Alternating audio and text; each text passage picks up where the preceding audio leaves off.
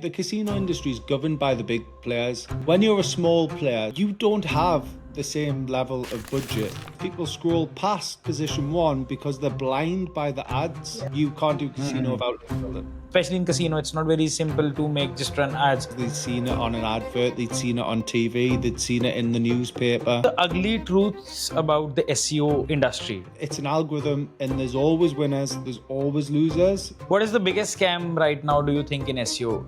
People not doing SEO is the biggest scam in SEO. You don't have to go buy the book. Learn how to edit a meta title, a meta description and call themselves SEOs essentially. The site might go backwards. Don't take reciprocal links, it will harm you, this and that. I think it's all bullshit. Position number one is actually sometimes worse than position number two, believe it or not. What do you think about Koray's framework? They actually had to change their name to the I agency, not iGaming agency. Does it help? Whenever you restrict something, it becomes more popular. An alcoholic will always drink. A gambler will always find a way of gambling. That frustration turned into something which worked, right? Hey everyone, my name is Gundeep Singh Grover and I welcome you all to my channel. Today this is the part 1 of the podcast with Karl Hudson, and in this episode we dive into the raw unfiltered side of Karl Hudson. Today we'll talk about how he started at the age of 14, the businesses he made and the businesses he failed, the brutal truth about SEO industry which no one talks about. We get into the ugly side of the industry and we also dive into deep casino SEO secrets. If you think you've heard it already, think again. This is Karl Hudson, the untold side of him. So let's get into the part 1. Please like, subscribe, and don't forget to share this video with anyone whom you think can benefit from this video. Thank you. Stay tuned. Let's get into it. Hey Karl, welcome to my show. I'm glad to have you, and it's been an honor. And I remember the day we met in the conference and we exchanged t-shirts, if you remember. Yeah. And we had a lot of fun. You had to give me a large one though, that was the problem. Yeah. People should know. They would think that what t-shirts did they exchange? What's the sorcery? But yeah, it was that was the first time I met you, and I heard a lot about your name, but I actually did not know that you were Karl. But it was a very candid experience. I had a very good time. We spoke for 5-10 minutes, but I got a good feeling that we are becoming good. There was a very good synergy, and I remember that time. Anyways, so I'm glad you're here, and it's lovely having you. Let's begin. I don't want to waste much time now. So first of all, tell me, you're known as the man behind Searcharoo, right? So you've built yourself a name in the SEO industry. You've been known for starting out very early in your life. I think you started at 14, I suppose, what I've researched a little bit.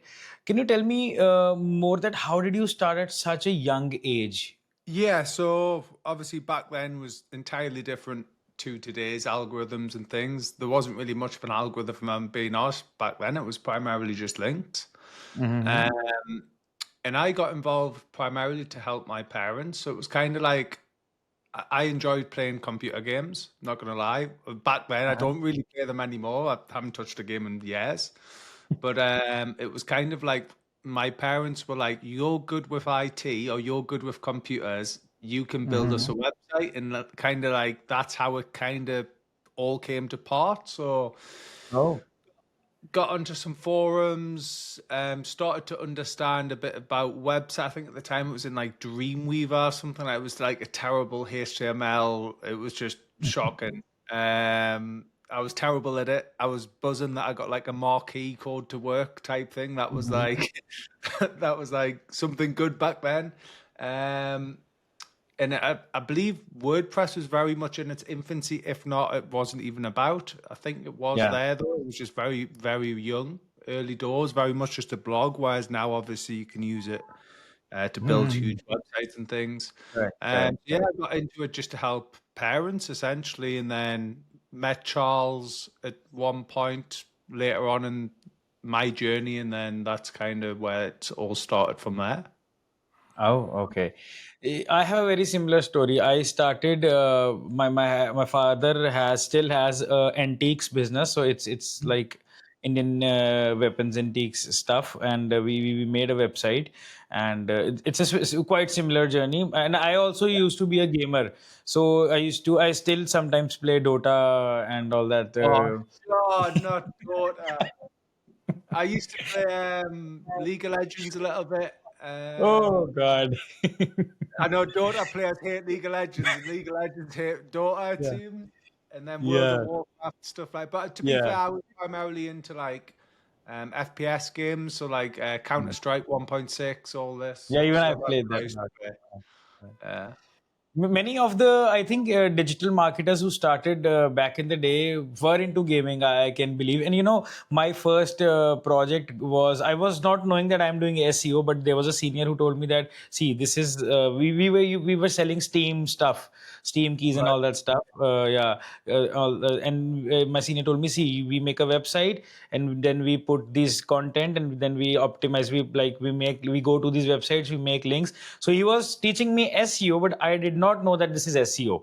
So my Got you. journey is quite, yeah, they started like that. It was like, but it was a huge success. The website was a huge success. And then I came to know, oh, this is something ranking and all that stuff. Very old time, but yes, that's how it started. And quite similar. Very good. Yeah. Okay. Before Searcharoo, did you start any business which failed, or maybe it was a flop show, maybe something you tried, it did not work out? Because it's very important to know the failures as well, I think. So when I first started, I built a SEO agency. And what's actually interesting is that was actually, it's not really I wouldn't say a complete flop because it's still about today, but really we don't have any clients. Mhm. It it was a flop in the sense that when I was young, I didn't really understand business enough, and I was also highly introverted. So it was really hard for, someone who was A, young, B, pretty technical, and C, having to go. And I didn't think of outsourcing, like to, let's bring someone who does sales in. I was like, Mhm. let's try and do it myself.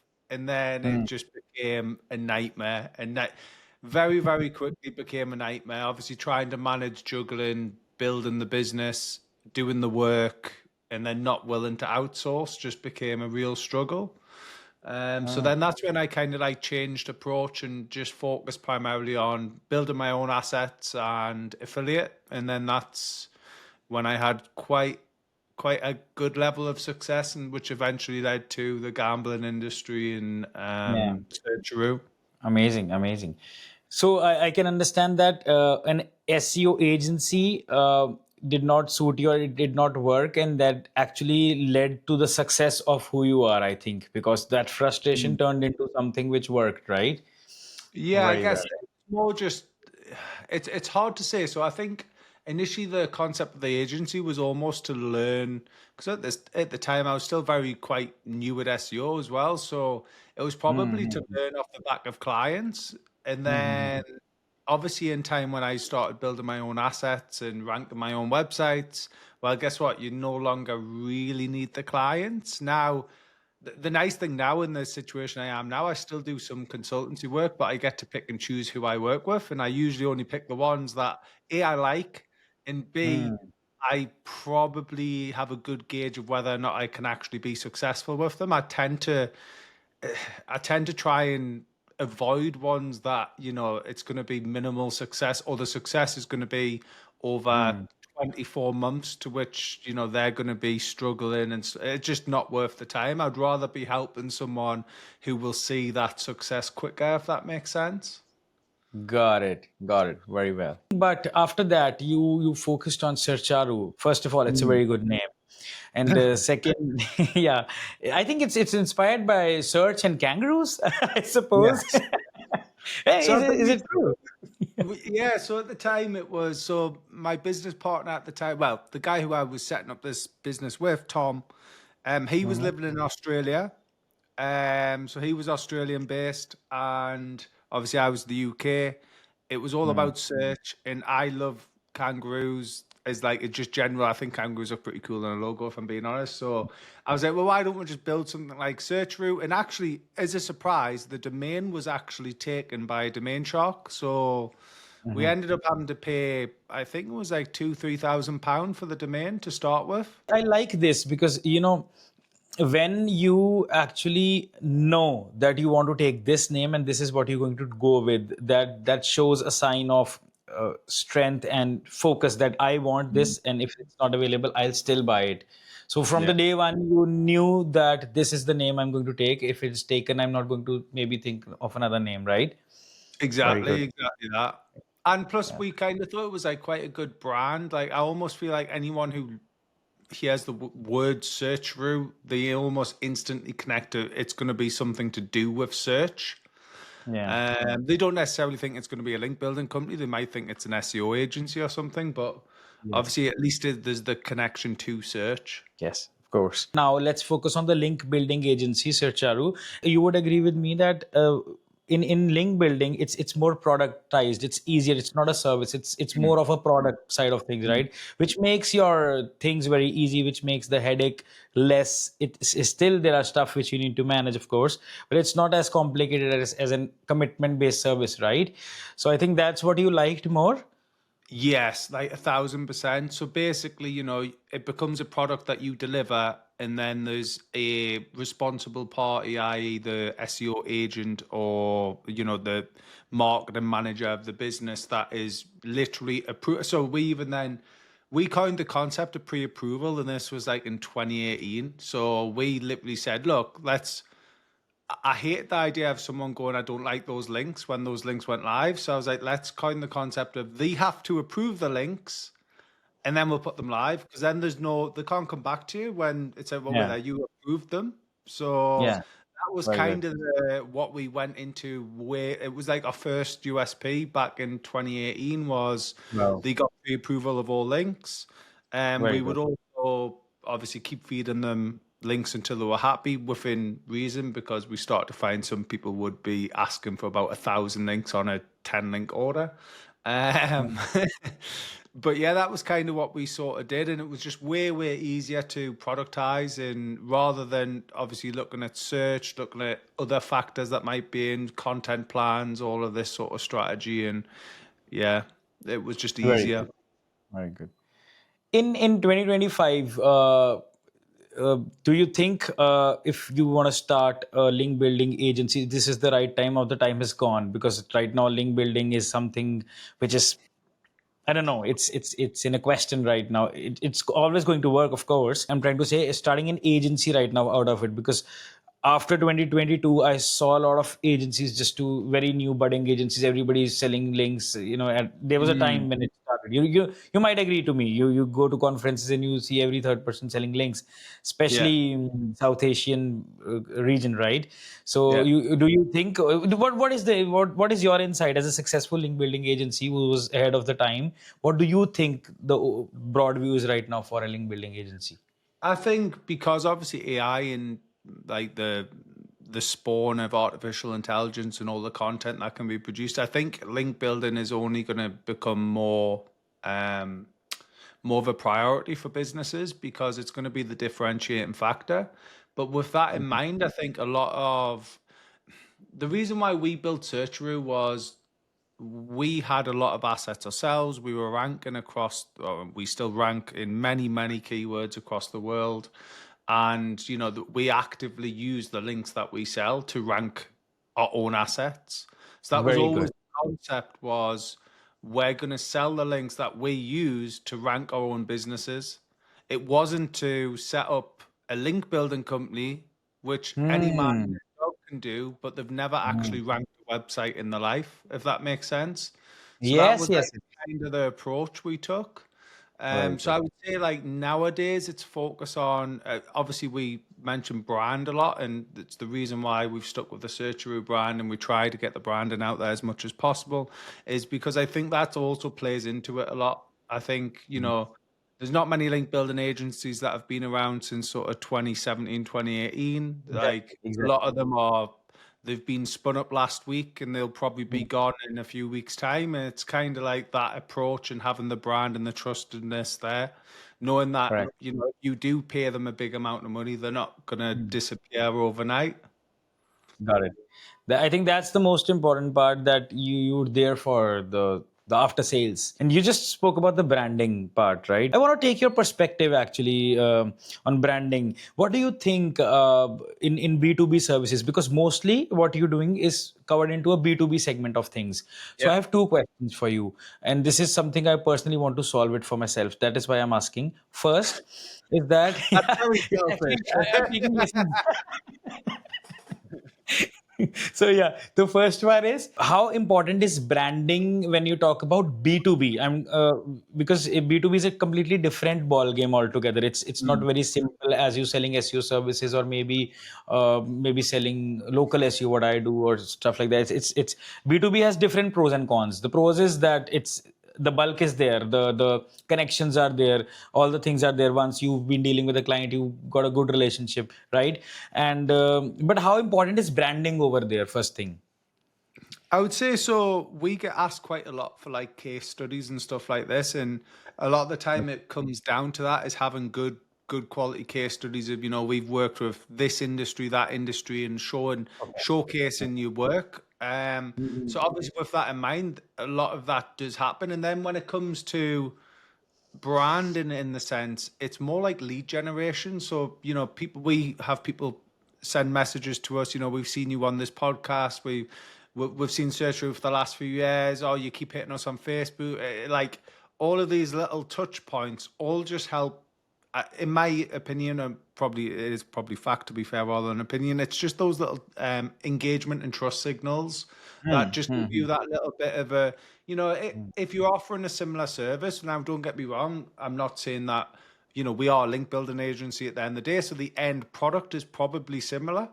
Yes, However, it's just the trust in the gut feeling that that person gets when they're on the call with you, that, I trust these guys, I'm going to run with them. Whereas you might correct. be lacking that if you don't have those additional signals. Yes. And do you think the face value of the founder or the top management matters a lot in such kind of segment? I think the hard part of link building is obviously it's always seen as a bit of a dark art. So Yeah. I think when the founders and like the guys behind the brands are willing to put a face to it, because I can almost guarantee we can find probably 10 link building agencies that won't show their founders, or images of their founders type thing. We've got brands on there, we show assets, we rank websites. It's at the end of the day, we do exactly what we say we do. And I think that does help. I think that sort of oozes out. Often when we have calls, like sometimes I do hop on I try not to do it as often anymore, but like if the team are struggling with someone, I'll just hop on a Loom and just run through a website, and I'm almost doing a live audit for this guy, and he's thinking his website's perfect, and I've just pointed out 30 errors or 30 problems, and he's got 301s tied all over, 4, like all these different errors. And I'm not even mentioning link building. I haven't even looked at his links at this part, and there's been 15 minutes of that. Like I almost feel like that's where the expertise come into it. Yeah. Whereas you're Yeah. not necessarily going to have a general link builder isn't going to know about that, isn't going to review the website, isn't going to check page speed performance, isn't Correct. going to ask Correct. for server Correct. log, like stuff like Correct. this. He just doesn't do that. And Yeah. often we've actually seen, sometimes some of our bigger customers, we'll sit and we'll do these audits for them and provide that value. And guess what? They end up sticking with you so much longer. You end up having a good relationship with them because Yes. you're proving that you want them to succeed, not just buy your product. Very good, very good, very good. I can relate. I'm not much into this thing, but I have seen my friends and a little bit. I have been into this. That once you are actually the way you told that you are actually taking care of the whole thing. That okay, you're getting links, but actually the whole stuff is not this. This is not going to help you because your landing page or your that stuff, your website is not perfect for that, or is it not optimized in a way that it'll take the full benefit? Like this is the error, this is the these are the problems. So I think that overall even clients are looking for that kind of insurance. You can say that okay, this guy is not just selling links, but this guy is actually helping me out, and if he's selling the link, that he's also telling me that this is you need to actually do for a better website and better rankings, just not a link, right? So that builds a lot of trust, and I think that's perfectly understood and answered very well. Moving forward, okay. So now let's talk about the ugly truths about the SEO industry, right? What is the biggest scam right now, do you think, in SEO happening? Biggest scam in SEO. People not doing SEO is the biggest scam in SEO, if I'm being brutally honest. So I often get invited on, I would say at least 3 times a week, I'm asked to come on to some type of consultation call. And depending if it's someone I know who's sort of invited us to it, I do sometimes go on them. And often when I'm on these consultation calls, it's crazy to see businesses that have like paid an SEO consultancy or SEO company to do SEO for them each month for like 24 months and there's no results, or there's very little to show for it. And ask, well, what have they been doing? And, is there been any tests running? Have they been testing content strategies? What have they actually been doing? And they literally can't show me anything. And I'm like, well, your search console sort of dictates to me that nothing's really been done. You've just been paying for a glossy report. So I think Yeah. the biggest scam is glossy reports. And it's often Mm. where if my team start, we don't offer glossy reporting at all. It is simply give us your search console access. They'll start doing the work, and then you'll have a Loom video once a month, and then that'll Mm. literally talk through search console results, impressions increases, clicks, where we might Okay. have lost. And I think that's one key is as well is a lot of SEOs aren't willing to accept that there is going to be times where the site might go backwards, and they Correct. try to manipulate these reports to show only Mm. growth. And I think that's Mhm. like a key element. Like if you're not educating the customer that it's an algorithm and there's always winners, there's always losers. And even if Correct. you just took a website that you haven't touched for say 6 years and just opened up Search Console and so let's say it's had no SEO, it's just sat there for 6 years, I can always guarantee it'll go up, it'll go down, Mm. it'll go up, Correct. Correct. it'll go down. Correct. It's just I think it works like a stock market I scenario think scene. Like it goes down, then it goes more up, then it goes a little down, then it goes more up. I exactly, think it's like that. exactly. Yeah, yeah, yeah. So You that's need like to. kind of the approach I often is almost like an educational approach where, you know, Yes. I think so many companies have been misinformed on what SEO is, and they're always expecting you to get number one as well. And Yeah. actually, I've even obviously some of the industries we've been in where it's like casino, position number one is actually sometimes worse than position number two, believe it or not, and it's often governed by the ads. So you get a lot of ad fatigue on like casino type terms where your first 4 or 5 positions can be ads. Like as in the Yes. whole, pretty much the whole above the fold is ads. So then Yes. guess what happens? People scroll past position one because they're blind by the ads. Yeah. Yes. Yes. Then Yes. Yes. position two actually often becomes a higher profitability keyword. And we've seen that loads when it was in the gambling industry sort of stuff. So often educating like that as well as SERP features. Often you can rank higher on certain keywords, but because there's so much SERP features or ads present, that they're not actually as valuable as this set of keywords because there's less features and there's less ads. Which Wow. I don't even think I've actually heard anyone mention before on any podcast. So there's a little first for you. Hmm. Like that is definitely Yes. something Yes. Yes. that people don't mention at all. Correct. Correct. Um, Correct. Certain Correct. features are fundamental and it's just often overlooked. And again, this is when you're talking to like someone who does SEO for a living versus an agency who they obviously have a product to sell, and often Yes. it's not the SEO you're talking to, it's the sales guy. This is Yes. The also shiny sales guy. Yeah. I see it from that side as well. Like you talk to an SEO, I'll probably obviously you are an SEO, so it's not going to bore you. But if it was Hmm. a top level business guy, he's probably going to get bored when I start talking about canonical tags and schema. Whereas Hmm. like we can go into that level of detail, but a sales guy isn't going to do that. Yeah. So there is always like, and don't get me wrong, there are plenty of good agencies out there that will do at least some SEO work. Correct. Um, but I'm just like, I think that is the biggest scam that's going on. There's too many people. There's too many people learn how to edit a meta title and meta description and call themselves SEOs essentially. This That's is the the problem. biggest audience. This is the biggest audience of SEOs, like the budding SEOs. Meta title, meta description, and yes, we are SEOs. Yeah, and that is, if I'm being honest, I think the worst offenders of it are website developers. Website Yeah, developers say they can do SEO just because yeah, they've done meta titles and meta descriptions in Rank Math or yeah, Yoast. That isn't SEO. That yeah. like there's so many other sections to it. Correct, Um, correct, correct. I have a very stereotype question. I might sound very dumb, but I need the answer for this from you, a person who has authority. I want it from someone with an authority to answer it for the public for once. Is that just be honest with it, okay? We've seen that a lot of agencies or a lot of SEOs, freelancers, whatever, they make a lot of the links which used to work in 2014, 2015, like social bookmarking, all that stuff, basic number games, like these are the number links, like 100 links, 200 links. I think it's all bullshit. What my personal belief is, what is your take on that? It depends. So I think I've seen them work, and I'll be honest, but usually it's in smaller niche sites where there's not a lot of links going on anyway. I think Mm-hmm. in medium scale keywords and above, they're not going to really cut any mustard. It's just a numbers game.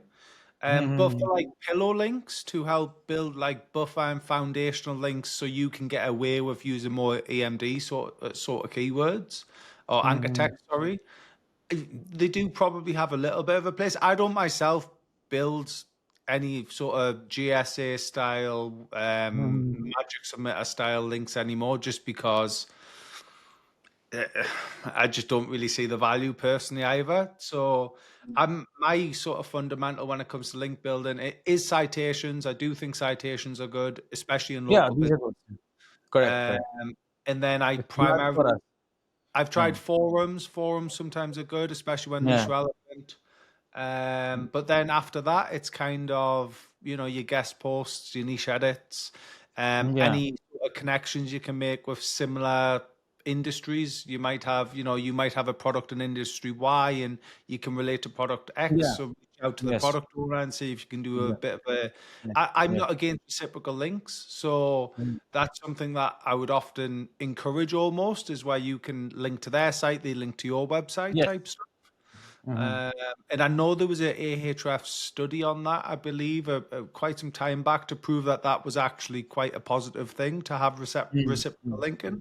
Mm-hmm. Um, so yeah, I would say I'm not a big advocate for it, and I've got friends who often use just some dodgy ass links, man. Like he sent me a link report, and obviously we use LRT a lot of the time, so he sent me a link and of like 250 links he's had this month, and he's saying, "Oh, I've got all these links, but I'm not ranking any higher." And I'm like, "Yeah, I can see exactly why. They're all toxic, like just a list of toxic links."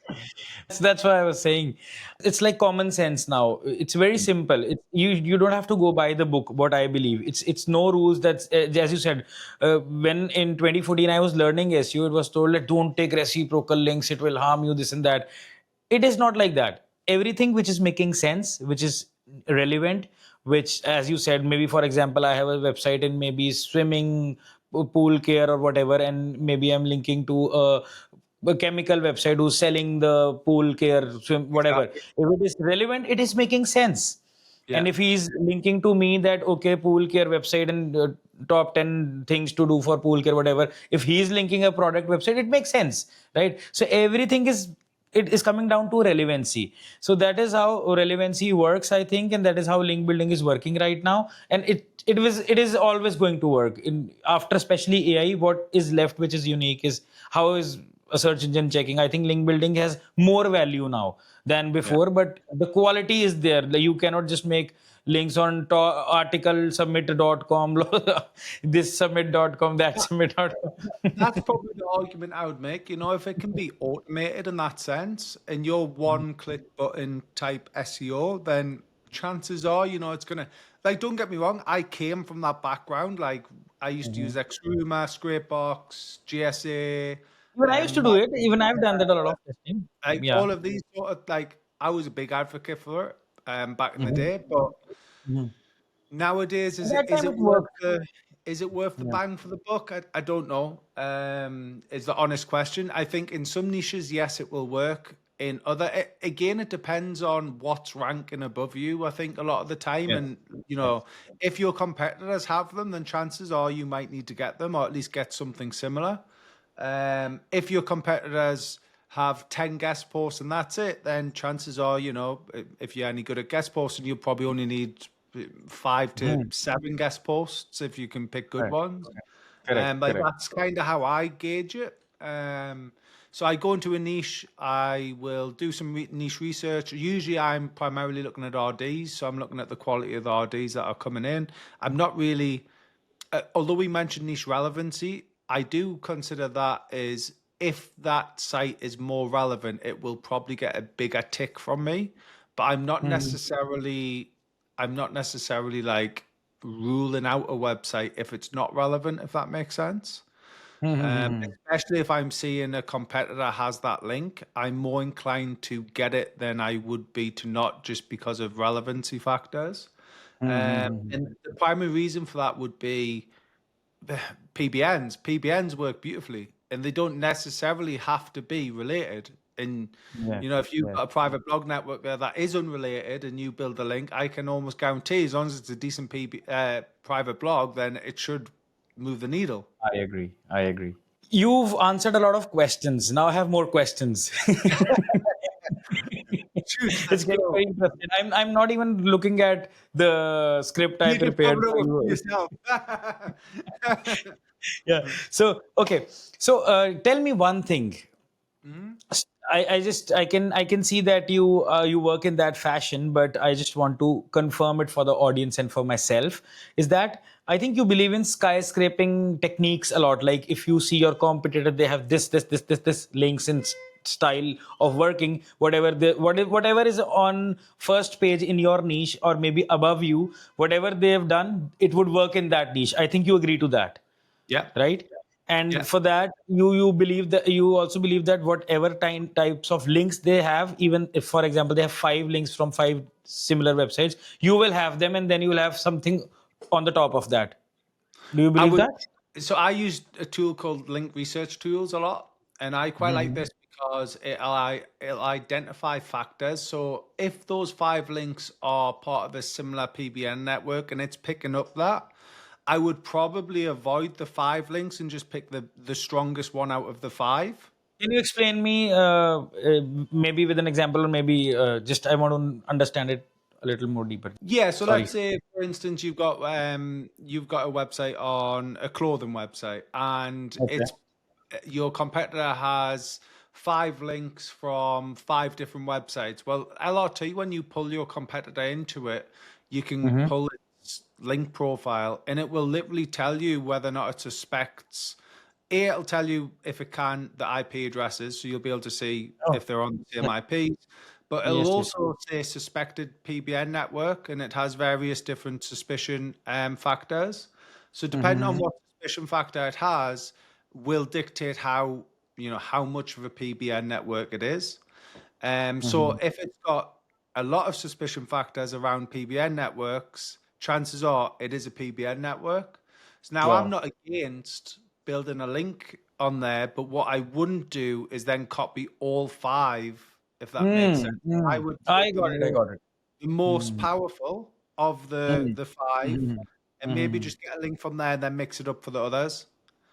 Hmm. Because obviously the tricky part is, if they're ranking above you, then clearly their link profile is working. And if they only have 5 to 10 links and 5 of them are PBNs, then you're not going to be able to really avoid that. So one thing you could do, which could be really smart, is you could reach out to the strongest PBN, get that placed, Mhm. and then reach out to the other 4 and have internal links built. Well, sorry, links built to that PBN, so they Hmm. become obviously powering up this one post that you've got, which obviously is Hmm.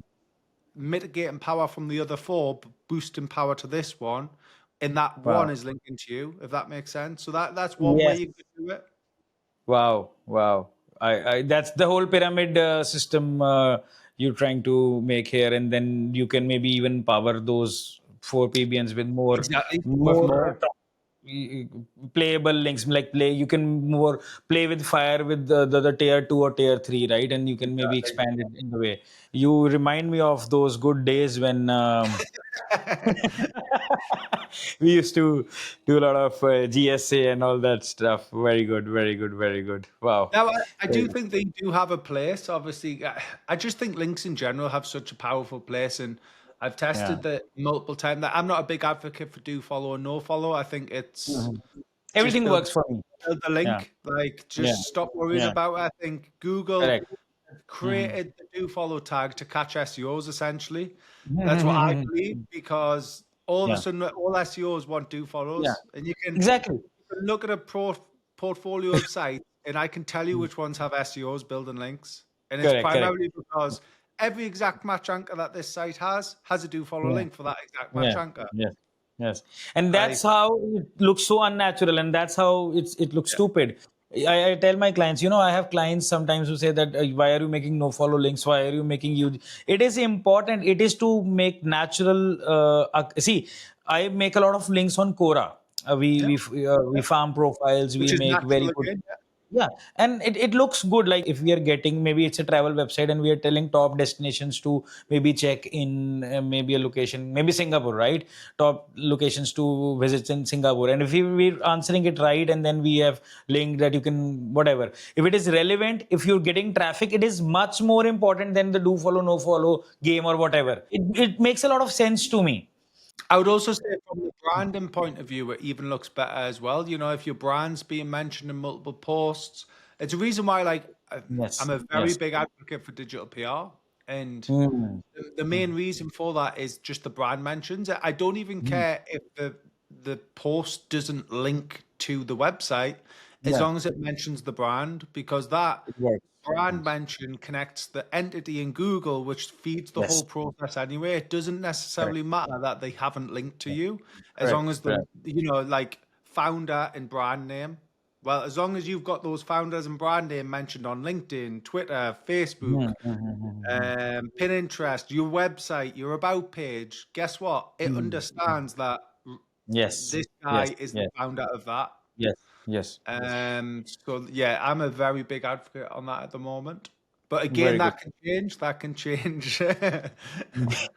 No, but even I agree. I have tested a lot of digital PR for my clients, and sometimes if there's no link, I don't. I encourage that. Okay, get us the links.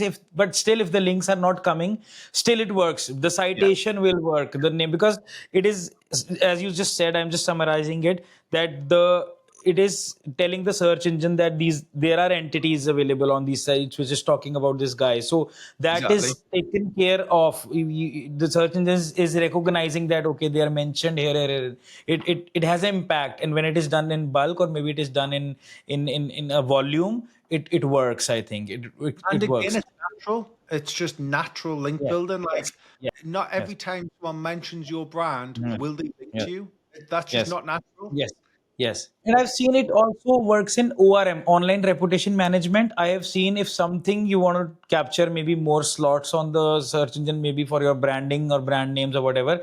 I have seen this strategy work over there. What do you think about this? All right, time for a sponsor break. This episode is proudly sponsored by Kings Digital, the marketing agency that I, your host, Gundeep Singh Grover, co-founded. At Kings Digital, we specialize into scaling businesses, optimizing growth strategies, and turning your ideas into brands that people can't stop talking about. You might be thinking self-promotion in your own podcast. Well, that's quite bold. That's because that's exactly what we do for our client. Bold strategies that bring results. So if you're a business owner or an agency wants to level up your marketing, your processes, whether it's SEO, ads, social media, performance marketing, we're building a killer brand presence for you. If you want us to audit your website or your ads campaign, just fill up the form below. We will get back to you with a full-blown SEO audit, a complete 6 to 12 months SEO roadmap tailored to your business, and a step-by-step video walkthrough breaking down exactly how to fix and scale your organic traffic. This isn't some cookie-cutter checklist. Trust me, our team spends an entire day crafting this report. Trust me, if we're good enough to sponsor ourselves, we're probably good enough to help you crush your goals. Alright, that's enough of us now. Now let's get back to the show. 1,000%. It's what we do for online reputation management. A lot of the time, digital PR comes into play. We use traffic manipulation techniques. We use social media posts, like anything that ranks high on search, Google sites, stuff like this. We typically use for online reputation management because it's easy to use and see the results quick. Whereas I find if you wanted to do like a traditional, build just a normal guest post, let's say, chances of Yeah, that ranking without some serious money being spent on it to almost turn it into no longer a guest post.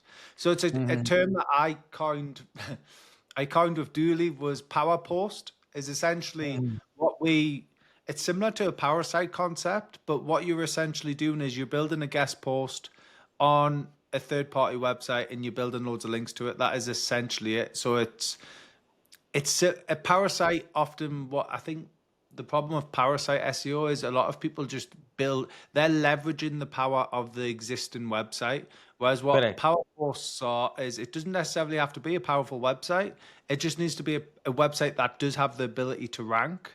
And then what we do is we make it rank by building links to it essentially and focus on a strategy that way. So it's slightly, whereas a Parasite would be on like a DR 60, 70, 80, we'll have power posts on a DR10, a DR20.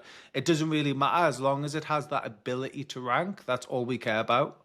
Yeah, So that's like something that we coined and that's something we actively do. yeah, Power posting, because it also feeds into LLM manipulation as well. So, you know, Google is forever crawling, Gemini and ChatGPT, etc., are always crawling the internet to try and build their knowledge base with the LLMs. So again, connecting entities within the LLMs.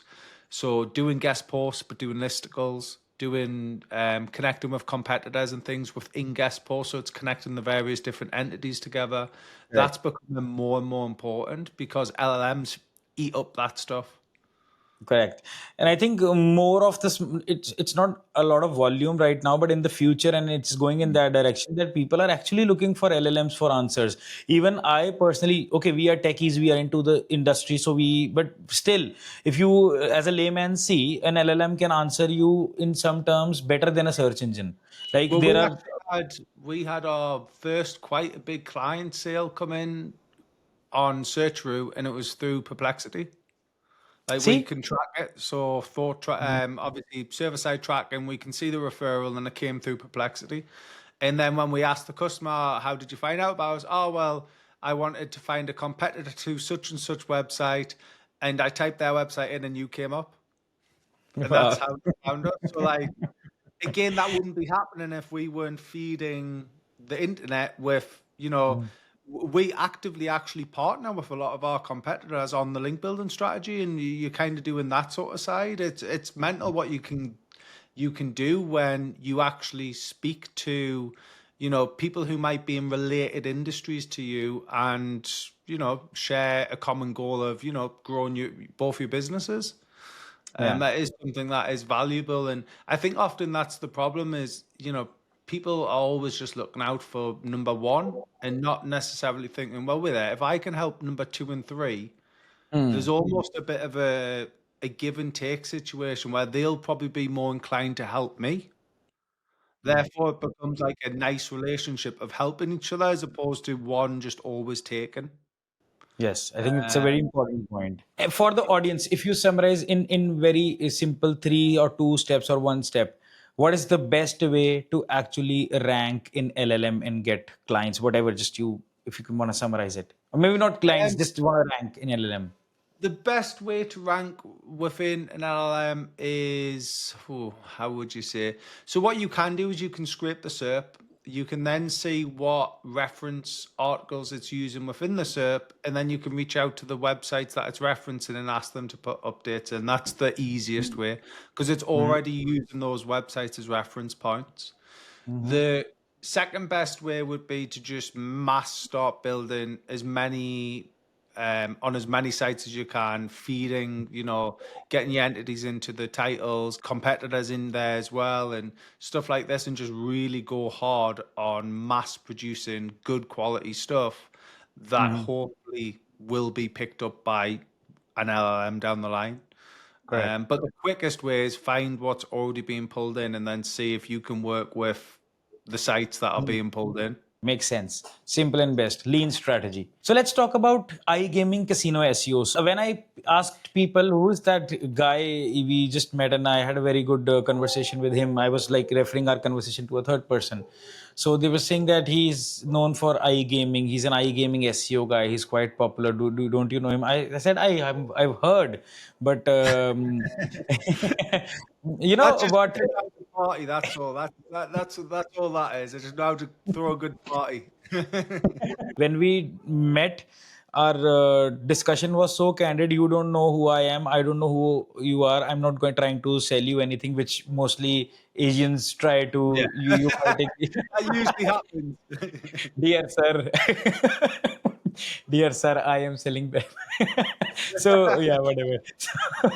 So yeah, but I didn't know who you are. You don't know who I'm, and I think that was the foundation of a good relationship. So we, Yeah, out yeah. of context, but I think in conferences or wherever you meet or whenever it's not about selling to someone. It's not about it should be a candid, natural kind of relationship or a conversation or a friendship, which whatever. It's never about it's not always about selling, and it should not be like that. Shouldn't be Yeah. transactional at all, almost. Correct. And Correct.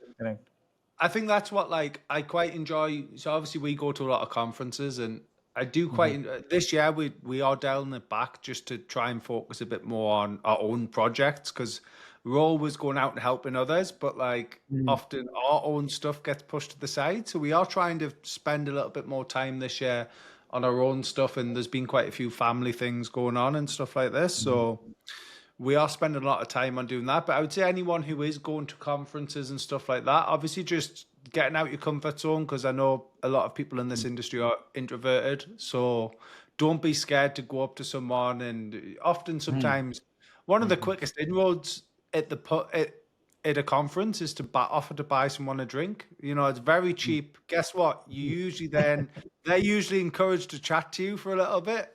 Yeah. That's kind of, I know we have a bit of a bad reputation for that, but like often at like the Chiang Mai SEOs and stuff like that, you will find us more in the pub or in the bar as opposed to Yeah. in the conference. And that isn't because we're raging alcoholics at all. That's just because people relax more, man. People are more relaxed when they've got a beer in their hand and not feeling like they're gonna get attacked by someone selling links. Uh, so that's kind of the way we work, and it seems to have paid off. It seems to. I've met some very nice guys, and often still share beers with them and stuff. And sometimes the clients, sometimes they're not. Sometimes we're just good friends and we're helping each other out. We're in the same industry, and that's kind of how it works. It becomes like a symbiotic relationship as opposed to a transactional one. Yes, I think that's how it should be, and that is the reason I got a lot of, maybe I made friends, or I saw this difference that there is a community which is just selling, and there are people who are just it is uncomfortable. I've seen, so I had that kind of view when I could see that someone is trying to sell. I'm not being very specific about the Yeah, specifics. It doesn't look nice, but yes, I could see a lot of such stuff. But one thing I came to know that this is not right. So it should be the objective of the conference is actually for some people wrong. For me, it was just to explore and actually see that what if I'm on the right track or not. Okay, I'm doing this. What other people are doing. So what you're doing. What okay. So when we are on the right track, it's going in the right direction. So it was a validation for me. It was a more of and obviously relationship building, just building relationship building, like if you see other communities, if you see a doctor, he might go to a conference to meet other doctors, not to make them their clients, right? Like one exactly. doctor can help another doctor, maybe with the treatment, maybe with some special case, or maybe just to for so that's how you should look at a conference, right? I what I believe.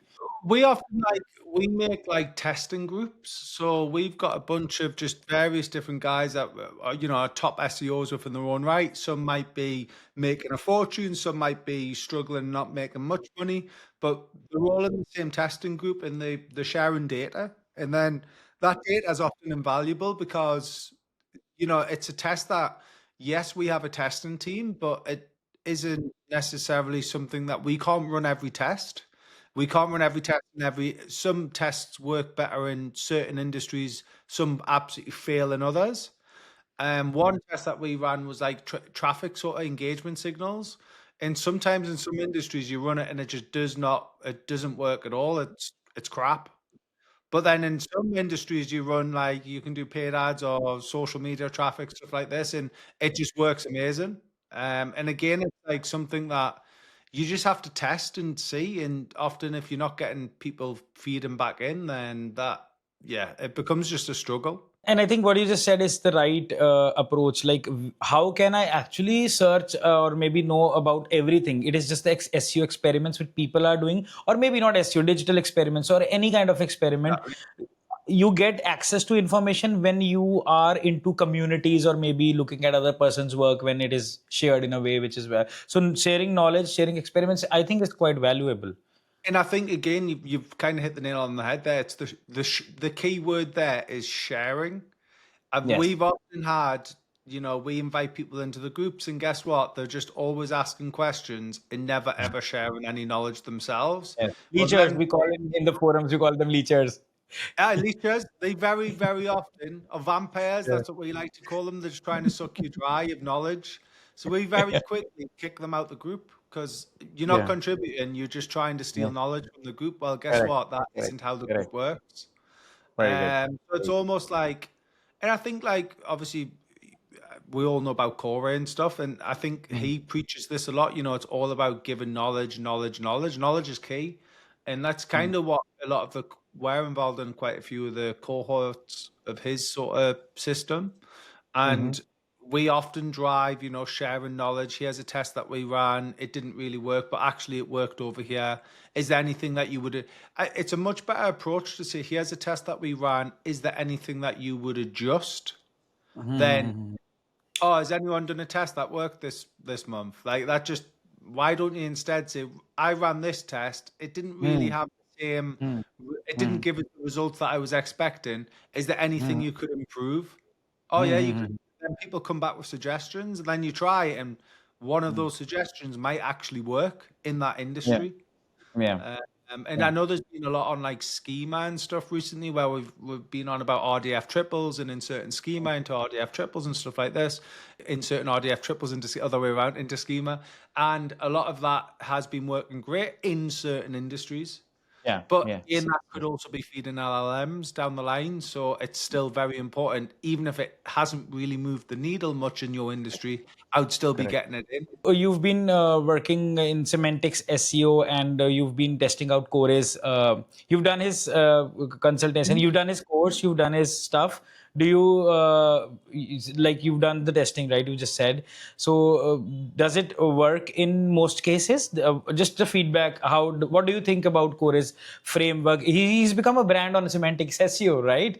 I just Yes. want to know from you that how do you think that, because you've done some testing on this, I just wanted to take your feedback on this. So I would say Koray is probably hands down the best SEO I know.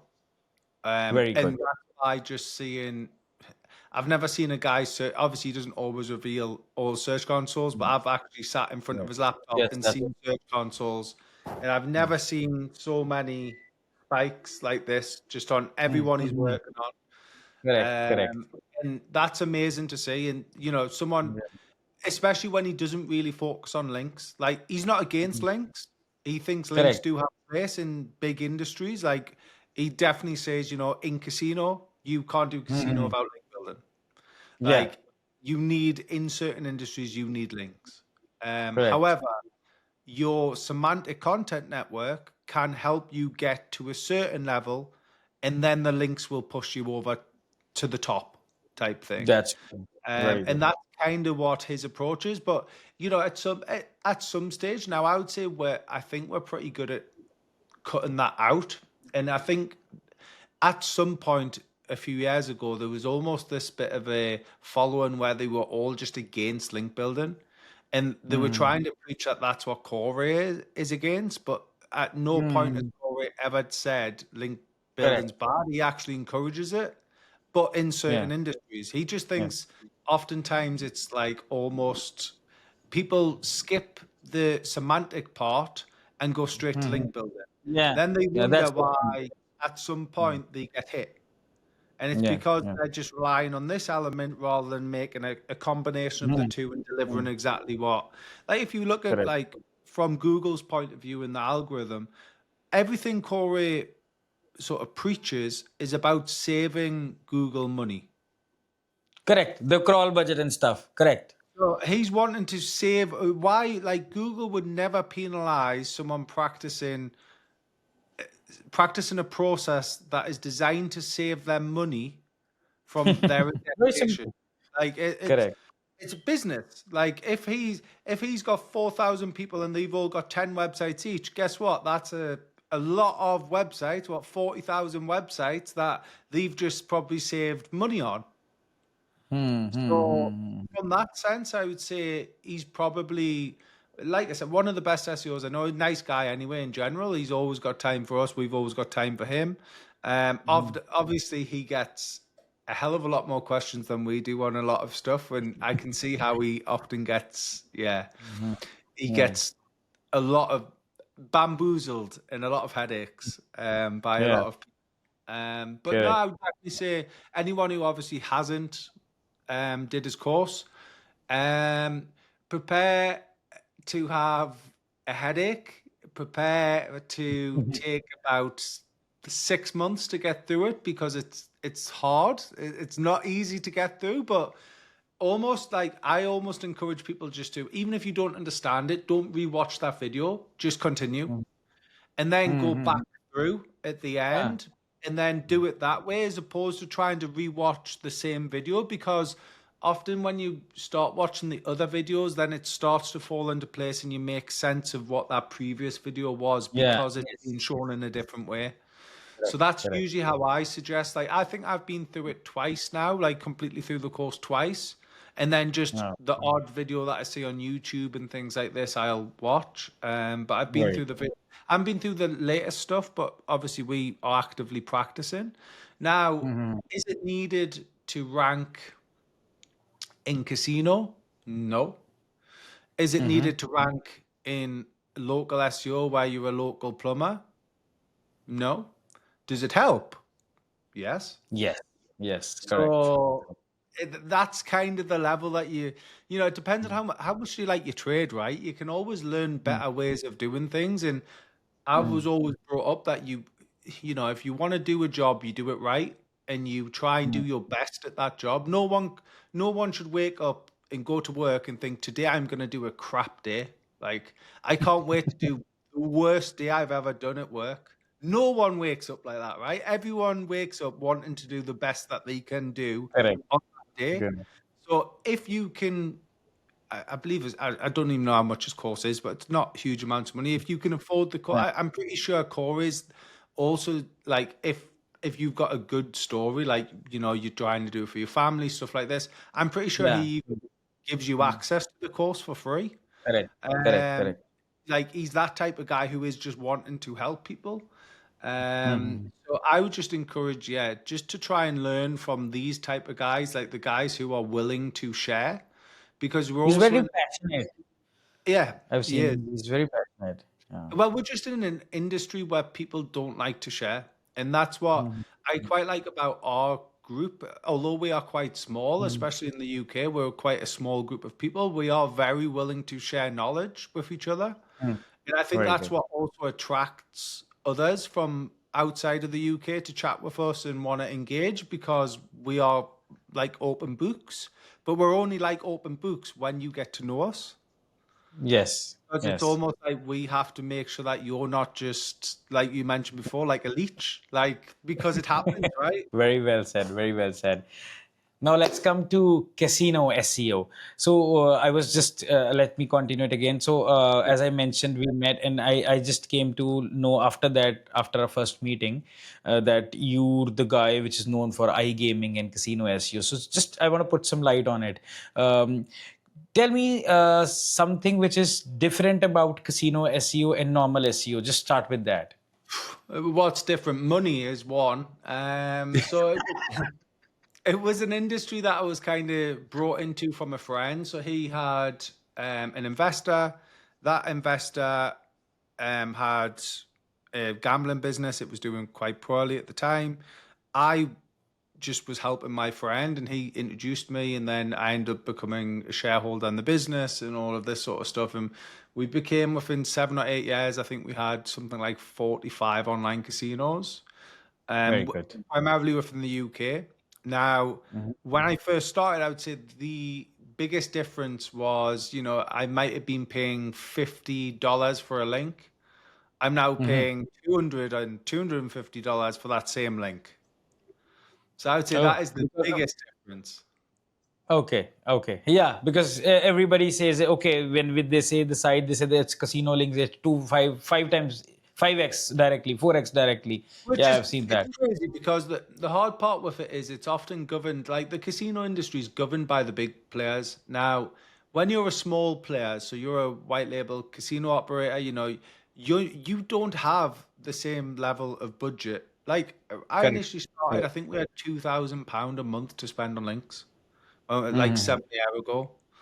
And Very like you good. can imagine now, like some links might cost two, three, $400. So what I'm building 5 links, if not, and maybe 5 to 10 links a month, and trying to rank Hmm. for keywords that I know the competition are spending millions on. Hmm. It's Okay. it's very difficult. Okay. Now, I have a lot of questions. Yeah. Okay. So yeah. So the first thing that comes to my mind is that the budget you just said for casino SEO, for iGaming SEO. What do you think is the right link building budget if you are starting a new website? For casino, I would say minimum nowadays is at least £5,000 a month. Very good. Okay. And the distribution should be natural, like guest posts, maybe this, maybe PBN, whatever. Like. You'll probably not be able to get digital PR just because of the way it is. Mhm. A lot of the time, Mhm. Mhm. Mhm. journalists just don't really. You can sometimes, but the chances are you're not going to be a brand. You're not really going to be well known. I Correct. would be spending, personally, I would say this is going to sound mental. So we did exceptional. We ranked for most of the big keywords in the UK for many, many, many, many years. I think we probably still, well, these still do. I'm no longer involved. But we had the biggest scale when we started doing paid ads. Oh, okay. We took SEO to a level that it hit and it was good, but there was a lot more money in paid ads, and it helped, I think, grow the brand even more when it came to SEO because the Okay. brand became searched. So people were Mm. starting to type in the brand name because they'd seen it on an advert, they'd seen it on TV, they'd seen it in the newspaper. They start typing the brand name in, and guess what? You start getting branded search volume, which protects you from future. I personally believe branded search protects you from future algorithm updates. Got it. Makes sense. And you talked about the like a holistic approach, right? That it's not just SEO. You can run ads, you can do stuff. So when you talk about ads, you talking about Google ads, search ad, intent-based ads, or maybe social media also works. And it's not very easy in some niches, especially in casino. It's not very simple to make just run ads.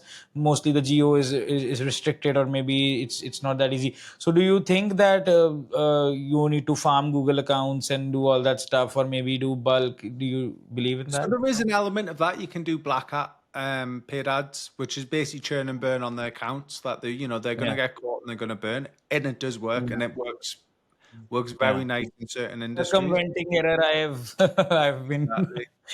So you I've can been do fed up that, from that. but for me, it's just high stress, like high Yeah. stress. I You left have to that be a journey long certain ago. level. Honestly, we just found the better way of doing it is, obviously we were white label and we were an actual operator, so we Okay. had the license and stuff like this. So we were able to just submit our license information and we get approved for our certain geos.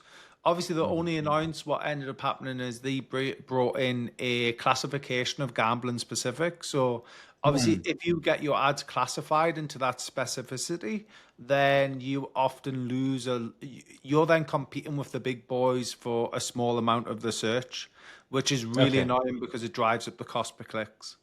Yes. Yes. Yes. Um, Whereas if you sometimes, and we were often finding when you're churning out more and more ad groups, you were sometimes not getting chucked into that same. So it's like in Google AdWords it says eligible, but then it says it's like I know. certain things have been applied. So that's the same. Correct. So like gambling has been applied. So it's then only put you in the box of gambling. Correct. If you don't get in that, the money is so much better because obviously you're being advertised to a broader spectrum, which then Okay. started seeing the rise of cloaked sites. So often a lot Yeah. of cloaked sites, which are obviously just like standard, look like e-commerce stores Yes. if you're not on a Google IP address. As soon as you obviously if you are on a Google IP address, if you're not on a Google IP address, then it loads up the casino. So that was quite obviously can confirm nor can I deny that we obviously participated in stuff like that. But let's just say it could be quite lucrative for you if you did. Great, great, great. Very well said. This is a very valuable stuff. Audience should know. Okay, I'm going to remove this. If you don't take notes. Okay, okay, great. Okay. Um, wow.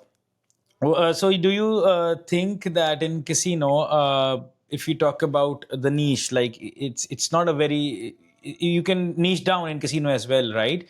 So what do you think is the easiest way to enter in casino right now? If you select the sub niche, maybe you start with the affiliate journey, or maybe if you start with something very specific, because you just cannot run broad keywords here, what I've seen with in my experience. So there are a lot of low hanging fruits. Can you give some examples of low hanging fruits in casino?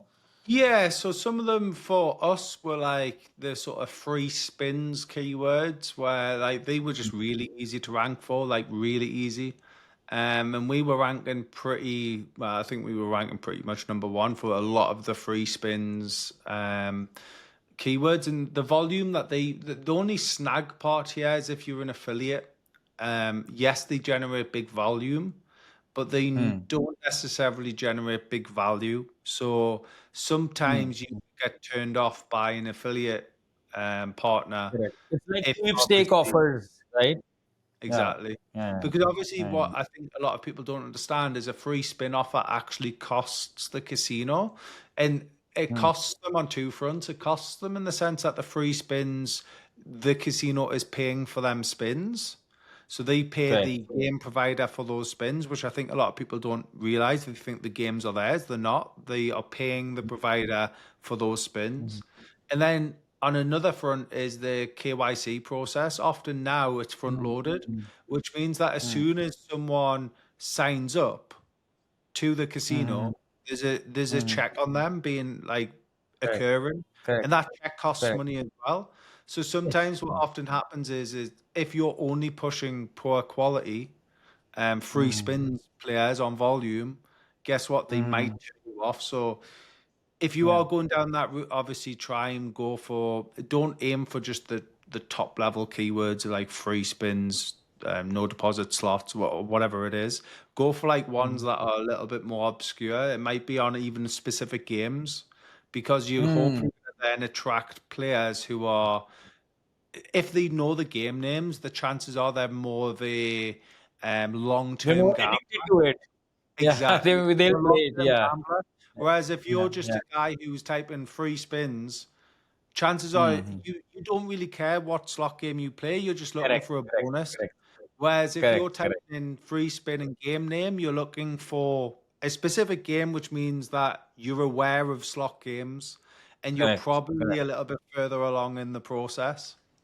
Very well. Like So blackjack again, you and can stuff. edit this out if you want, like remove this No, part no. as well. Just say I gave in, he was great at I gave and just edit all that bit out. We'll see. We'll see. I think, yeah. Even it's a lot of stuff has been said. Amazing. Okay. So, but it's very interesting. It's reminding me of the days when I was into stuff. I cannot talk more because in India it's hard to start casino SEO. Mm. So it's not viable in India to do casino SEO and stuff because the geo is Obviously, restricted. It was Yeah. interesting as well, where we were just in the Dubai for the ODYS iGaming conference. Mhm. They actually had to change their name to the I Agency, not iGaming Agency, because in Dubai, obviously gambling is banned. So Correct. Correct. so everyone there, it was so weird. Like you're at Sigma, which is like the main gambling conference type thing, and Mhm. they're all casinos, but no one's a casino. They're all just payment partners. Okay, Yeah. Yeah. yeah. But I think, see, if someone has to play, he'll play. If someone, the restrictions, obviously, it's a very big deal. We are no one to comment on the how the governments are running and whatever. They know, they might know better than us. But what I take is that whenever I've seen this, whenever you restrict something, it becomes more popular. In India, the casino is restricted, but it's very much popular. I It's think like half this. the battle, and obviously because I'm coming from, we were very much, UKGC is one of the toughest when it comes to regulations and stuff. So Mhm.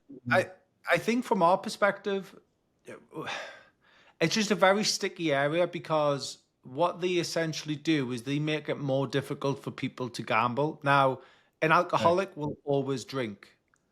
Correct. A person who loves junk food will always find junk food to eat. A person who loves Mhm. the gym will go to the gym.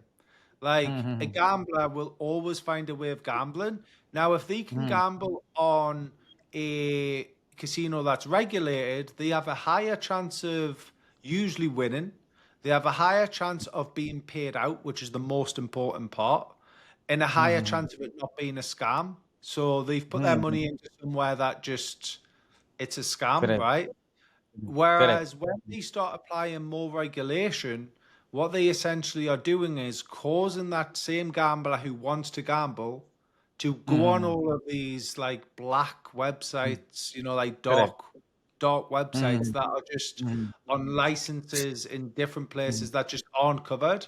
And that in Mhm. itself is actually quite dangerous for that person. Like details could be leaked, etc. Like there's a Yes. lot of things that could happen there, and Correct.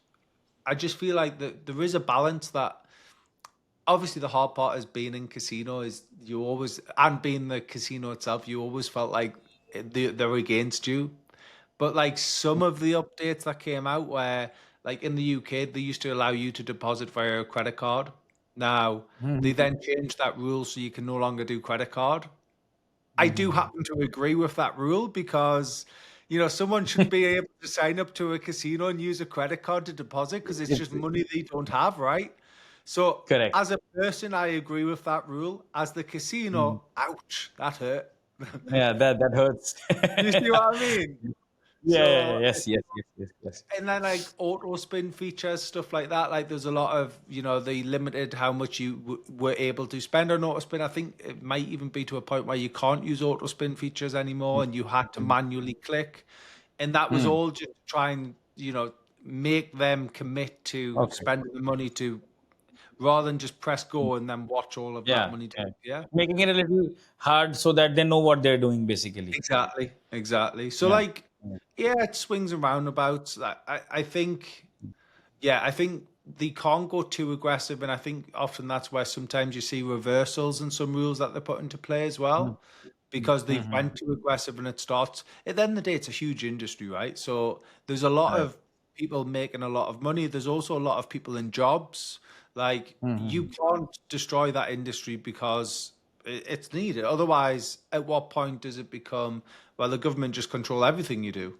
Thank you for sticking till the end of the conversation with us. We hope you found as much value as we did while creating it. If you enjoyed the podcast and want us to bring more such influential guests, then please don't forget to subscribe and hit the like button. Honestly, each like and subscribe help us keep going. It keeps us motivated to make such content which is filled with insights and strategies for you. If you enjoyed the podcast and want us to bring more such influential guests, then don't forget to like and subscribe. Honestly, each like or a subscribe help us keep going and make such content which is filled with insights and valuable knowledge for you. We'd love to hear from you in the comments. Anything you would like to tell us about the podcast? Whom do you want to see in the next podcast? And what kind of questions do you want to ask? And hey, just don't keep the conversation with yourself. Share this podcast with at least one person, can be a friend, colleague, or a family member, or anyone you think can benefit from learning something valuable or getting a fresh perspective. After all, one conversation, one perspective can truly change someone's life. And thank you for tuning in. We'll see you in the next episode of the Business Playbook by Gundeep.